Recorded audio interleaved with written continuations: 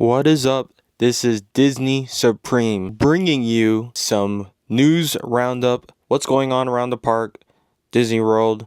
This is November 2nd.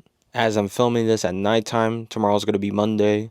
We are entering November in Disney World, my friends. This is the best time of the year to be a Disney World fan, and boy, do I got some news for you guys. So you guys want to stick to the end of this video, and also please subscribe. Without further ado, let's begin. Snack Shakeup. That's right, Astro Fizz at Magic Kingdom. That's the big news. Magic Kingdom's cool ship in Tomorrowland, which has been around for 31 years, longer than my life, is being replaced by Astro Fizz. The menu is exciting and festive. Coca-Cola, Fanta Blue Raspberry, or Fanta Orange frozen slushies. The Cherry Cola Churro, though, is the one that a lot of us vloggers are probably going to grab as soon as we can. This snack stand will debut at Mickey's Very Merry Christmas Party on November 7th, meaning guests will get a first look at these treats during the holiday celebrations. Next up, we got the buy chocolate trend that hit Disney. The viral TikTok dessert trend is now officially at Disney World. It is available at Joffrey's Coffee, on-site or online. Ghirardelli at Disney Springs. I feel like a few people already saw it already. You know this was going to happen. And at Summer House on the Lake. They're going to have a Dubai chocolate cookie. It's a fun way for visitors to try this trend without paying for shipping, because I know a lot of people buy it either at the mall or online, mostly online. And it's not super common to get them because of the high demand. So it's cool that Disney has a few spots now to grab these very viral food trends. Next up, we got holiday decorations everywhere.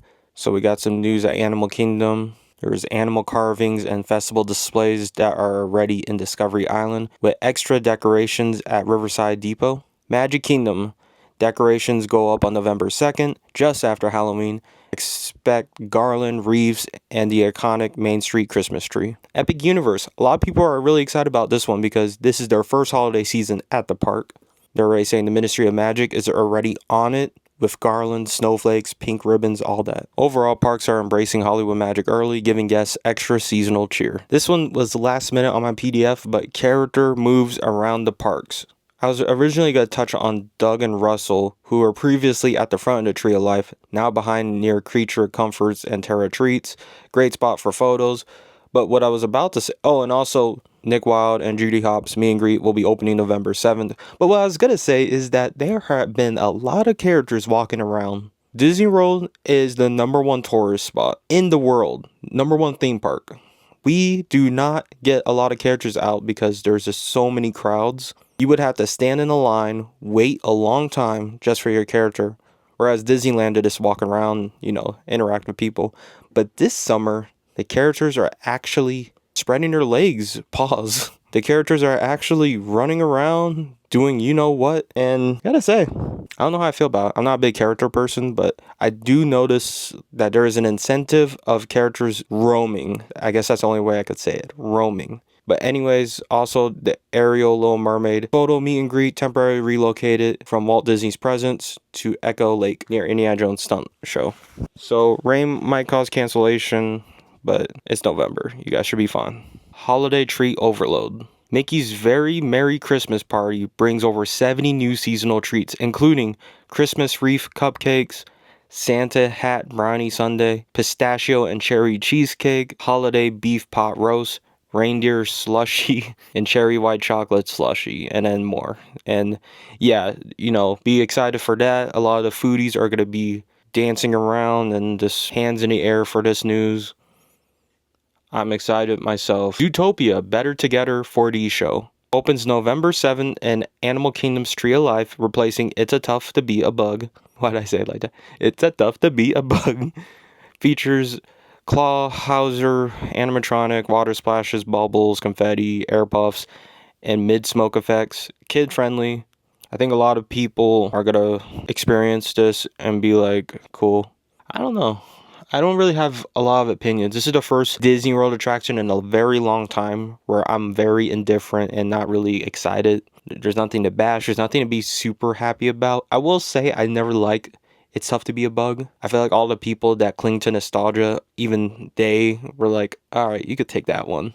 It's not like Zootopia is going to be enormously better. It's still going to probably, in a few years, have the same line. Still going to be a walk-on. hearing the facts and all the details on this ride makes me think exactly that. It's just going to be just a cosmetic change with a few attributes, but nothing crazy. But I'm not going to be a negative Nancy. I'm going to experience this and give you more of a detailed analysis on Zootopia Better Together 4D show, because right now, all I could do is predict. And then finally, Disney DVC Perk Imaginatrium Lounge at EPCOT. Disney's Vacation Club members get access to an exclusive lounge in the Imagination Pavilion. Includes special meet and greets with Mickey and Minnie and new travel-inspired outfits. Available for only members involved or enrolled in the membership Magic Beyond options.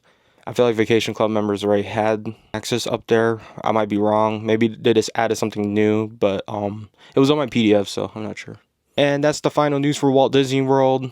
I do have some sports news. That's right, the Jaguars just won 30-29 in overtime against the Las Vegas Raiders at home.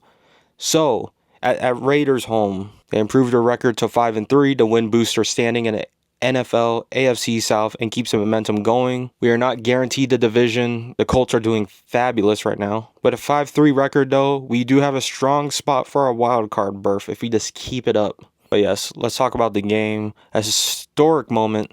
Jaguars kicker Cam Little drilled a 68-yard field goal, a new NFL record just before halftime. The Raiders really threatened late, taking the lead with a big touchdown by tight end Brock on a 27-yard catch from QB Geno Smith. Shout out Geno.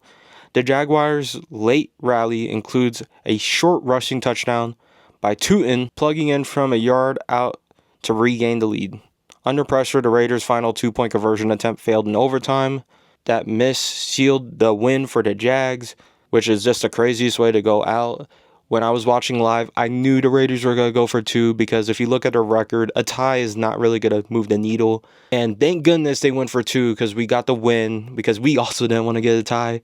We hate ties. I don't know why NFL has ties. Basketball or baseball does not have that. But regardless, that's the game. Trevor, although he had 220 yards, there was a lot of times where I was a little skeptical on him once again. He did not have the most fantastic game. 0 touchdowns, 1 interception. He did throw 23 for 34, and also Travis Hunter is out. His best weapon was out from a forward passer perspective, and it was just very tough. But it was a gritty win. ETN, 84 yards.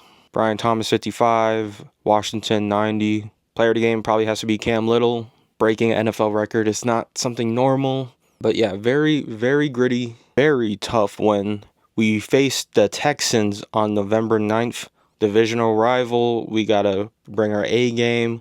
String these wins back together because we just stopped a 2-game losing streak, which is great. We really have to be right under them because in the playoffs, I still believe in this Jaguars team. Yes, they're clumsy and awkward, but they have the star power, and I just can't see any other team being in the Super Bowl other than the Jags. Okay, maybe I'm a little too excited, but still, I want to see the Jags do good. But anyways, that is all I have for you guys today. Thank you so much for watching. And again, if you haven't already, please subscribe. I'll see you in the next one. Peace.